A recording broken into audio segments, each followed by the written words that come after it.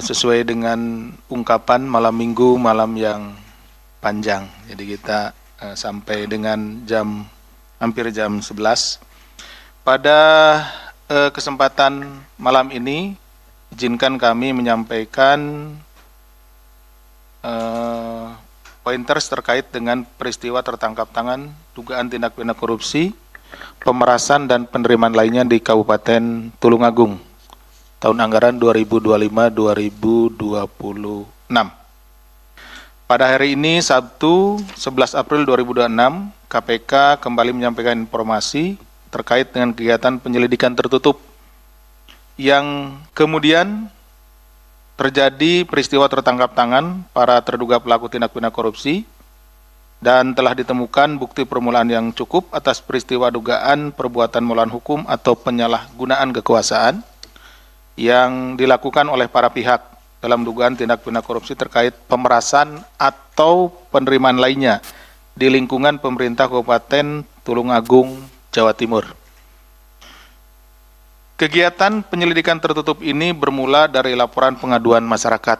Untuk itu, kami pada kesempatan ini menyampaikan ucapan terima kasih kepada masyarakat, tentunya yang telah berfungsi atau memfungsikan sebagai social control dari masyarakat terkait dengan kegiatan atau pelaksanaan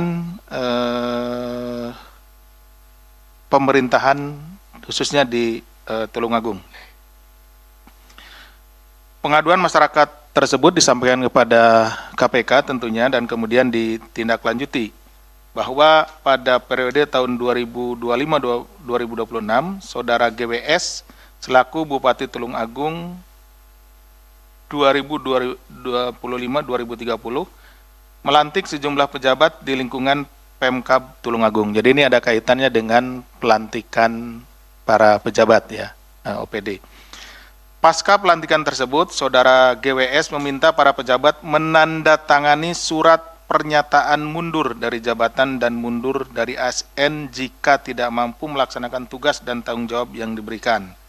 Jadi pada kesempatan ya, beberapa saat setelah dilantik, ya dipanggil satu-satu. Sudah tersedia di situ surat pernyataan, ya. Surat pernyataan isinya itu yang menyatakan akan mundur dari jabatan dan juga mundur dari ASN jika tidak mampu melaksanakan tugas dan tanggung jawab yang diberikan. Suruh tanda tangan langsung di situ gitu ya. Udah ada meterainya seperti itu.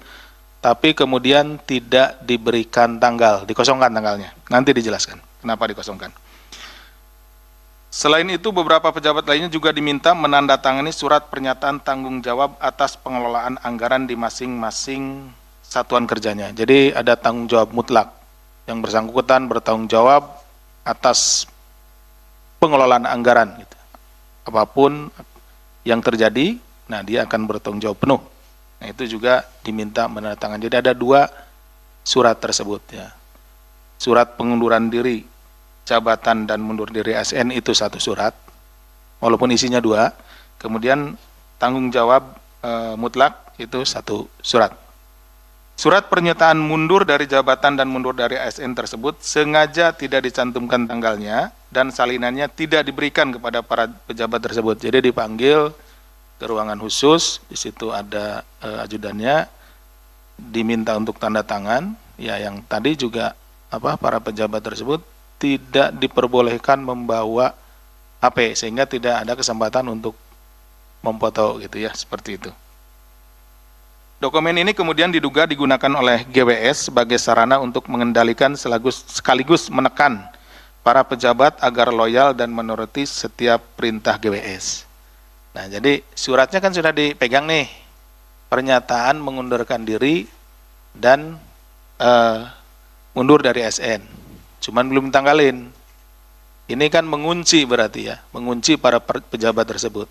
Jadi kalau misalkan dirasa atau bupati merasa ya dalam ini saudara GWS merasa kerjaannya nggak benar atau tidak loyal sama yang bersangkutan, tinggal dikasih tanggal sama dia sesuai dengan tanggal hari itu, sehingga sahlah bahwa orang tersebut mengundurkan diri dari jabatannya dan mundur diri dari ASN. Seolah-olah kelihatannya orang tersebut atau pejabat tersebutlah yang mengundurkan diri, baik dari jabatannya maupun dari ASN. Jadi sudah dipegang nih, gitu ya. Ini. Bagi yang tidak tegak lurus kepada bupati, maka terancam dicopot dari jabatan atau bahkan mundur dari ASN. Nah, kan tinggal ngasih tanggal saja seperti itu. Nah, itu di situ letak pemaksaan dari bupati. Kemudian GWS meminta sejumlah uang kepada para kepala organisasi perangkat daerah atau OPD dan pejabat lainnya, baik secara langsung maupun melalui perantara saudara IYOG selaku ADC. Ya tadi, kalau tidak dikasih, udah ada surat kan, tinggal ngasih tanggal, nah seperti itu. Adapun total permintaan tersebut sekitar 5 miliar. Ini kan baru di kepala OPD ini baru diangkat di sekitar Desember ya, tahun lalu. Jadi permintaannya sampai dengan bulan ini awal April ya, awal April ini 2026 itu udah sekitar 5 miliar. Ini dari permintaannya. Permintaan tersebut dilakukan GWS tidaknya kepada 16 OPD di lingkungan Pemkab Tulungagung dengan besaran yang bervariasi. Jadi sesuai dengan kebutuhan, ada yang 15 juta hingga 2 miliar ke masing-masing OPD tersebut ya. Adapun permintaan jatah juga dilakukan GWS dengan cara menambah atau menggeser anggaran di sejumlah OPD, gitu ya. Jadi datang ke OPD, nanti saya tambah anggaran OPD ini, misalkan 10. Nah, dia minta dari situ, dari 10 itu minta sekian persen, gitu, seperti itu. Atas penambahan anggaran tersebut, GWS meminta jatah hingga 50% dari nilai anggaran yang ditambahkan. Misalkan kalau tadi ditambahkan 100 juta, berarti dia minta 50 juta. Bahkan sebelum anggaran tersebut turun atau diberikan kepada OPD tersebut. Jadi sehingga OPD tersebut ya menjadi punya utang gitu ya. Nanti mau ditambah misalkan 100 juta, nah, dia udah langsung berarti punya utang 50 juta. GWS juga diduga turut mengatur proses pengadaan barang dan jasa dengan melakukan pengkondisian pemenang lelang serta menunjuk langsung rekanan tertentu pada sejumlah paket pekerjaan pada OPD. Selanjutnya dalam proses pengumpulan jatah, GWS memerintahkan YOG, tadi YOG itu adalah ajudan ya, memerintahkan YOG untuk terus menagih kepada para OPD. Bagi OPD yang belum memberikan uang sesuai jumlah yang diminta GWS, maka akan terus ditagih dan diperlakukan seperti halnya orang yang berhutang.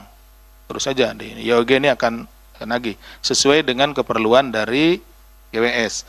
Dalam praktiknya, setiap kali terdapat permintaan dari GWS, YOG ini akan tadi. Nah, kalau YOG tidak bisa, nah dia biasanya nyuruh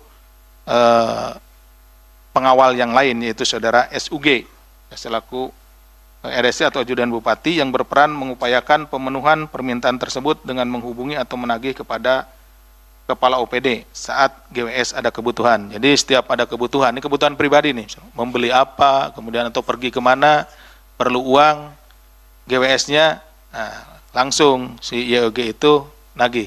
Dia punya catatannya nih, di OPD ini punya utang berapa ke Bupati, ke GWS, di ini terus gitu, sehingga dia nagih sesuai dengan catatan yang dia miliki. Dari total permintaan GWS kepada para OPD yang sekurang-kurangnya sebesar 5 miliar, realisasi uang yang telah diterima oleh GWS kurang lebih 2,7 miliar. Ya. Jadi kenapa ada perbedaan ya antara 5 miliar permintaan dengan 2,7 miliar yang sudah terrealisasi tadi. Nah, permintaan itu kalau misalkan setiap ada tambah tadi ya, tambah anggaran dan lain-lain, sudah jelas mintanya 50%. Dianggap utang. Berarti itu permintaan. Nah, untuk penerimaannya, realisasi penerimaannya sesuai dengan kebutuhan GWS. Jadi hari ini butuh berapa, ya dia minta. Mungkin seminggu lagi butuh berapa, ya dia minta. Gitu. Jadi tidak langsung juga yang tadi diberikan tambahan itu yang 50% dia ambil. Karena memang juga anggarannya belum masuk juga gitu. Tapi itu sudah tercatat sebagai hutang. Uang ini diduga digunakan untuk kepentingan pribadi seperti untuk pembelian sepatu bermerek ya tentunya, kemudian pembayaran berobat, jamuan makan, dan keperluan pribadi lainnya yang juga dimintakan atau dibebankan pada anggaran di OPD. Walaupun sebetulnya yang bersangkutan juga selaku bupati sudah punya anggaran operasional ya atau dana operasional. Uang tersebut juga digunakan GWS untuk pemberian THR kepada sejumlah Forkopimda di pemerintah Kabupaten Tulungagung. Ini berdasarkan pengakuan dari saudara YOG. Setelah mendapat informasi awal dari masyarakat terkait dugaan tindak pidana korupsi di Kabupaten Tulungagung, tim KPK selanjutnya melakukan pengumpulan bahan tambahan. Setelah mendapat kecukupan informasi, tim melakukan pemantauan intensif di wilayah tersebut. Pada hari Jumat 10 April 2026, tim kemudian mendapatkan informasi akan adanya penyerahan uang tunai untuk kepentingan bupati. Penyerahan dilakukan oleh pejabat Kabupaten Tulungagung melalui stafnya kepada saudara GWS melalui perantara saudara YOG. Uang tunai tersebut diduga merupakan alokasi atau jatah dari permintaan GWS kepada salah satu OPD yang ada di Kabupaten Tulungagung. Jadi pada saat itu ada informasi penyerahan, kemudian tim bergerak dan uang yang diberikan berhasil kami amankan, termasuk juga para pihak yang terlibat di dalamnya. Nanti rekan-rekan akan melihat uang yang berhasil kami sita. Tim KPK kemudian mengamankan total 18 orang di wilayah Kabupaten Tulungagung. Pemeriksaan awal dilakukan terhadap Bupati di Polres Sidoarjo, untuk bupatinya di Polres Sidoarjo, ya, tidak di Tulungagung. Sementara 7 pihak lainnya diperiksa di Polres Tulungagung.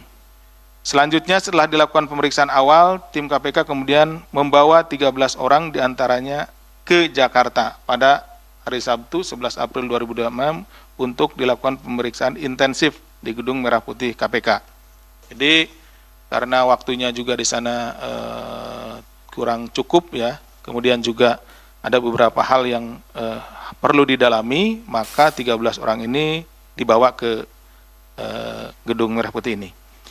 13 orang tersebut yaitu saudara GSW selaku Bupati Tulungagung periode 2025-2030, saudara YOG selaku ADC atau Ajudan Bupati, saudara WIN, Kepala Dinas PUPR, kemudian saudara HAR, Kepala Badan Pengelolaan Keuangan dan Aset Daerah, kemudian saudara YUL, Kabag Umum Setda ya Kabupaten Tulungagung, kemudian saudara YAN, Kepala Dinas Pertanian, saudara AWD, Kabag Protokol dan Komunikasi Pimpinan, saudara APU, Kepala Badan Kesatuan Bangsa dan Politik Kesbangpol, saudara MAC, Kepala Dinas Kebudayaan dan Pariwisata, saudara RPI, Kepala Dinas Sosial, saudara OSH, stafnya saudara YUL, saudara JAT, adik kandung Bupati, kemudian saudara SUG, ADC,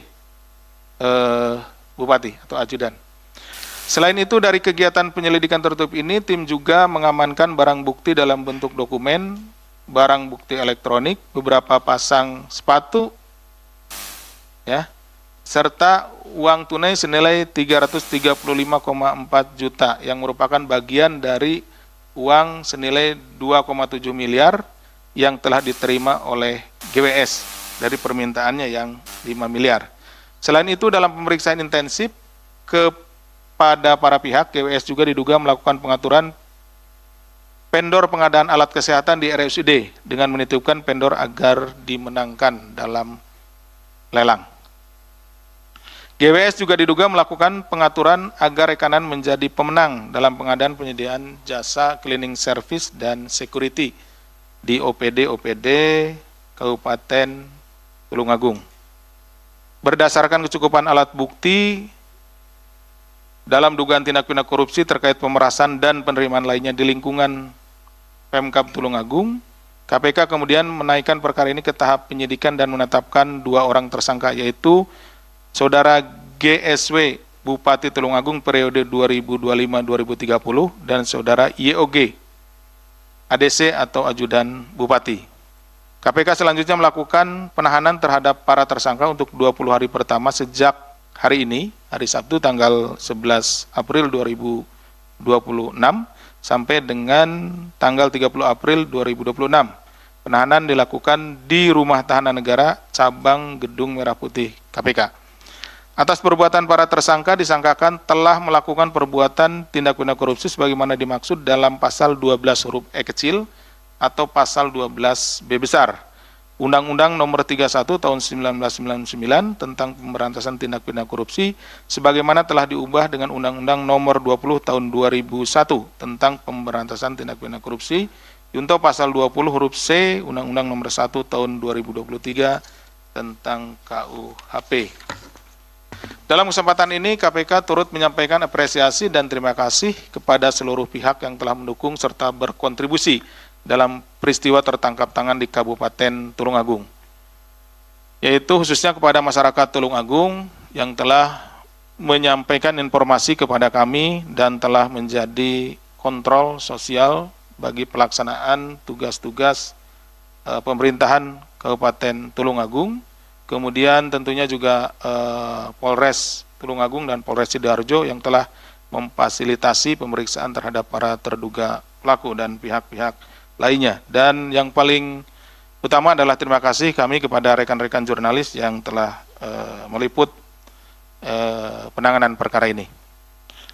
Adapun hal-hal lain yang ingin kami sampaikan, yang pertama adalah peristiwa tertangkap tangan di Tulungagung ini merupakan kali kedua yang ditangani KPK. Jadi sebelumnya juga pernah ada di Tulungagung ya, berapa tahun yang lalu. Betul, 2018 sekitar itu ya. Sebelumnya peristiwa tertangkap tangan dugaan tindak pidana korupsi Tulungagung juga terjadi 2018 yang melibatkan sama bupatinya. Selain itu pada tahun 2026 Tulungagung juga tercatat sebagai kabupaten kedua di Jawa Timur yang terjaring tertangkap tangan oleh KPK selain dari Kabupaten Madiun sebelumnya ya. Sementara selama tahun 2026 KPK juga melakukan tangkap tangan para terduga pelaku dugaan tindak pidana korupsi pemerasan di Pemkab Cilacap, Pemkab Pati hingga Pemkot Madiun.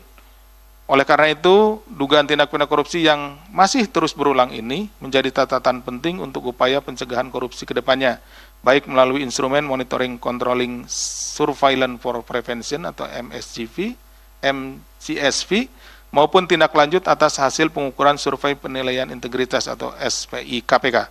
Seperti diketahui, skor survei penilaian integritas SPI Kabupaten Tulungagung di tahun 2025 masih berada dalam kategori rentan, yaitu 72,32 poin, yang menempatkan mereka di urutan ke-35 dari 39 kabupaten kota di daerah Jawa Timur. Hal ini menunjukkan masih terdapat sejumlah resiko sistemik dan sudah seharusnya Pemkab Tulungagung memberi perhatian terhadap penilaian tersebut, khususnya dalam soal tata kelola yang perlu segera ditindaklanjuti dan dibenahi oleh seluruh jajaran. Semoga para pejabat di Tulungagung ya setelah ini bisa membenahi ya terkait dengan skor SPI dan lain-lain dan informasi yang tentunya diberikan oleh Direktorat atau Kedeputian Pencegahan ya terkait dengan SPI. Dalam perkara Tulungagung ini kami juga menemukan fakta bahwa untuk memenuhi permintaan Bupati sebagian OPD bahkan sampai meminjam dana hingga menggunakan uang pribadi. Ya, tindak pidana ini bukan tidak mungkin akan membuka modus baru seperti pengaturan proyek dan gratifikasi untuk mengumpulkan uang yang dibutuhkan oleh para pejabat OPD untuk disetorkan kepada para bupati. Jadi ini ada efek bola saljunya gitu ya. Kenapa? Jadi ketika diminta sesuatu oleh dalam hal ini oknum ya GWS ini, tentunya juga kan para kepala OPD ini akan berusaha untuk mencari gitu ya. Ya tadi sementara tidak ada, belum ada ya kita khawatirnya juga nanti ngambilnya ya dari proyek, dan dari lain-lain gitu ya, seperti itu, sehingga yang dirugikan adalah masyarakat. Kenapa? Karena tentu uang atau dana yang seharusnya digunakan untuk membangun ya, infrastruktur akhirnya diambil sebagian dan infrastrukturnya atau kualitasnya menjadi menurun, dan yang menjadi yang rugi ya itu masyarakat. Tentunya infrastrukturnya kualitasnya tidak bagus hingga mudah rusak dan tidak bisa mendukung masyarakat. Sebagai penyelenggara negara, Bupati sudah mendapatkan hak keuangan yang sah melalui gaji maupun dana operasional khusus, sehingga membebankan kebutuhan pribadi di luar kedinasan kepada para perangkat daerah ataupun pada anggaran dinas adalah tindakan yang melanggar hukum. Selain itu, KPK juga menghimbau agar para penyelenggara negara tidak melakukan penyalahgunaan wewenang, termasuk dengan menjadikan surat pernyataan sebagaimana dalam perkara ini sebagai alat untuk mengancam. Karena tadi dengan surat pernyataan tersebut yang sudah ditandatangani ya, yang atau terpaksa ditandatangani karena atas permintaan dari Bupati oleh Kepala OPD, akhirnya menjadi jebakan bagi Kepala OPD itu sendiri gitu ya. Karena apabila yang bersangkutan tidak mengikuti atau tidak patuh terhadap permintaan dari oknum Bupati ini, maka dia dengan mudah akan dengan surat tersebut tinggal ngasih tanggal aja. Kasih tanggal, sudah sah bahwa yang bersangkutan mengundurkan diri dari jabatan tersebut dan bahkan dari ASN. Dalam perkara ini juga terungkap bahwa anggaran pendapatan dan belanja daerah semestinya dialokasikan untuk kepentingan masyarakat, bukan untuk kehidupan pribadi atau kelompok tertentu, termasuk praktik pemberian THR kepada Forkopimda, terlebih di tengah kebijakan efisiensi anggaran. Ya. Padahal pada saat penanganan perkara di Kabupaten Cilacap, kita sudah menyampaikan, sudah mewanti-wanti kepada seluruh pejabat, ya, khususnya para bupati maupun wali kota untuk tidak memberikan THR. Tetapi rupanya pada kesempatan itu mungkin informasinya belum sampai ya, atau bagaimana sehingga tetap ditemukan ya bahwa ada pemberian THR untuk Forkopimda. Padahal apalagi saat ini sedang dilakukan efisiensi, ya harusnya hal-hal yang demikian ya tidak dilakukan dan lebih fokus untuk mengalokasikan anggaran untuk kepentingan masyarakat. Pemerintah daerah dan Forkopimda harusnya punya komitmen yang sama untuk saling bekerja sama dan mendukung program-program yang bertujuan untuk memajukan masyarakat daerah dengan penuh integritas tanpa melakukan pemberian-pemberian yang melanggar ketentuan hukum dan norma. KPK juga turut mengingatkan seluruh kepala daerah dan OPD untuk memiliki komitmen yang sama dalam upaya pencegahan serta pemberantasan korupsi pada tiap-tiap individu. Demikian halnya seluruh aparatur dan perangkat di daerah seharusnya bisa menolak perintah kepala daerah yang melanggar hukum. Hal ini sekaligus untuk mendukung terwujudnya prinsip good governance di daerah dengan penuh integritas. Kelanjutan dari penanganan perkara ini tentunya juga Kedeputian Pencegahan, kemudian Korsub dan Dikpermas juga akan melakukan kegiatan-kegiatan berupa pencegahan seperti tadi, karena juga nilai MCP-nya, kemudian nilai-nilai yang lainnya itu akan dibenahi.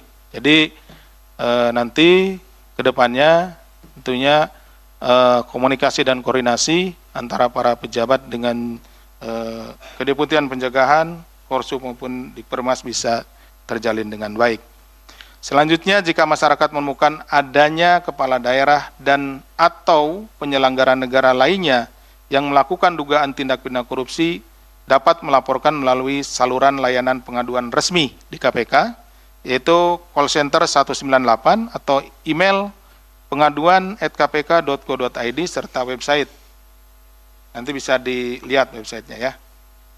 Demikian yang bisa kami sampaikan. Terima kasih atas perhatiannya. Saya kembalikan kepada Mas Jubir. Assalamualaikum warahmatullahi wabarakatuh. Waalaikumsalam.